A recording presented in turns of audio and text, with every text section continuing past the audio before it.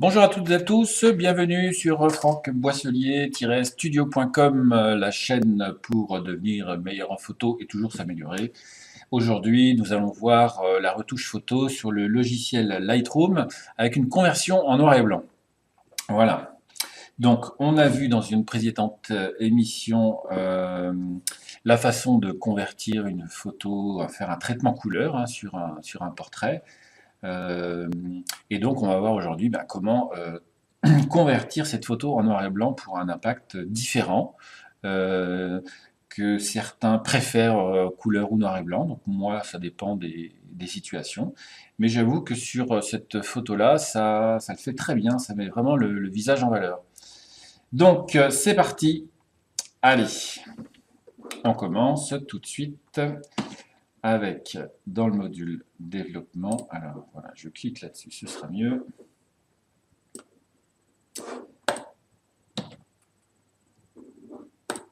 Avec cette photo ici. Voilà, j'y arrive. Et donc, la chose en premier que je fais systématiquement, je passe par le module ici de traitement noir et blanc. Vous allez voir pourquoi. Et je vais vous dire ça tout de suite. Donc après, la décision de plus de contraste, moins de contraste, c'est vraiment une question d'interprétation et puis une question de ressentiment par rapport à la photo pour traduire des émotions. Donc quelles émotions? Celle-ci, on pourrait presque la laisser comme ça. Il y a un petit virage partiel qui a été laissé. Ici, on peut le voir ici avec les paramètres par défaut qu'il y avait avant. Et ça donne un aspect plutôt sympa. Mais moi, j'ai tendance toujours à rajouter, dans un premier temps, du contraste. Parce que j'aime beaucoup le contraste. On va enlever le virage partiel qui est ici, qui y avait par défaut. Voilà, pour avoir du vrai noir et blanc.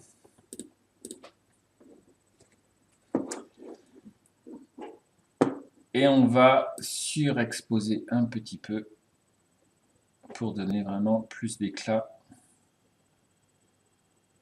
au visage. Et ici, moi, je vais toujours sur la coupe des tonalités pour ensuite jouer avec les couleurs d'origine pour les foncer ou les éclaircir. Donc on peut ici mettre un petit peu moins d'impact sur le fond, sur le visage. Alors attention aux conséquences sur le visage parce que les couleurs jaune, orange, rouge sont toujours très influentes sur le visage. Donc on peut jouer sur le rouge pour faire ressortir plus ou moins la teinte de peau ou la bouche. Et là on voit bien que ça joue aussi sur les oreilles. La lumière orange, ça va être aussi pour le visage, donc j'aurais tendance à l'éclaircir un petit peu.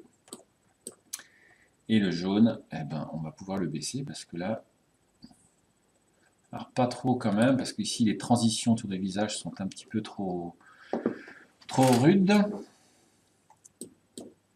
Et on regarde ce que ça joue ici. Voilà, on peut jouer un petit peu avec ça. Et les pourpres magenta bleu, voilà, n'interviennent pas du tout sur le visage.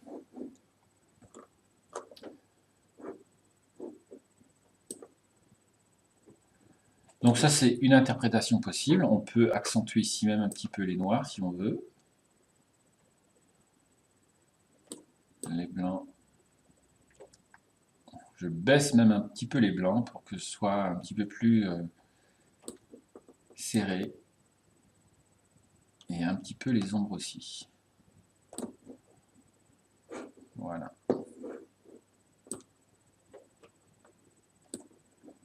Alors, je vais retourner sur le visage pour l'exposer légèrement plus.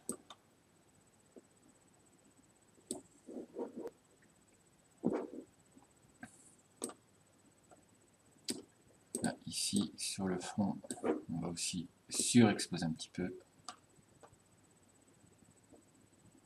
Pas trop. Et on va baisser la clarté que j'avais mis préalablement pour lisser un petit peu le front du visage. Alors, on regarde de près ce que ça donne.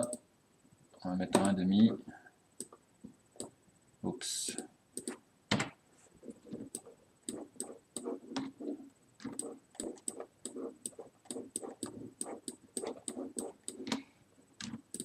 Voilà.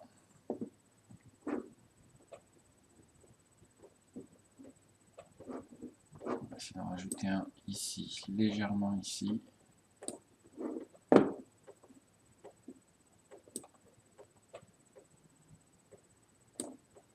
Ça, c'est pour lisser un petit peu le visage. Et on va retourner sur l'œil parce que du coup, il s'est éclairci. Pour donner ici un peu plus de contraste et de clarté, pour redonner tout l'éclat à l'œil. Voilà, donc pour passer de tout à l'heure la couleur, on garde un avant. Hop.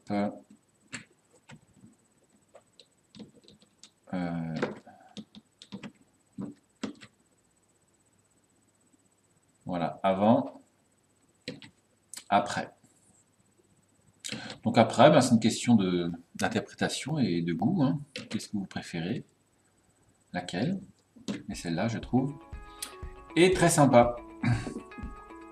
Voilà, donc vous pouvez, si vous voulez retrouver toutes les formations en ligne sur francboisselier-studio.com, vous avez ma méthode complète pour bien appréhender le module réglage de base, courbe des tonalités, et pour faire des retouches rapides en quelques minutes, donner de l'éclat à vos photos, et puis pouvoir les partager, puis en être fier. Donc allez-y, ça se passe sur francboisselier-studio.com.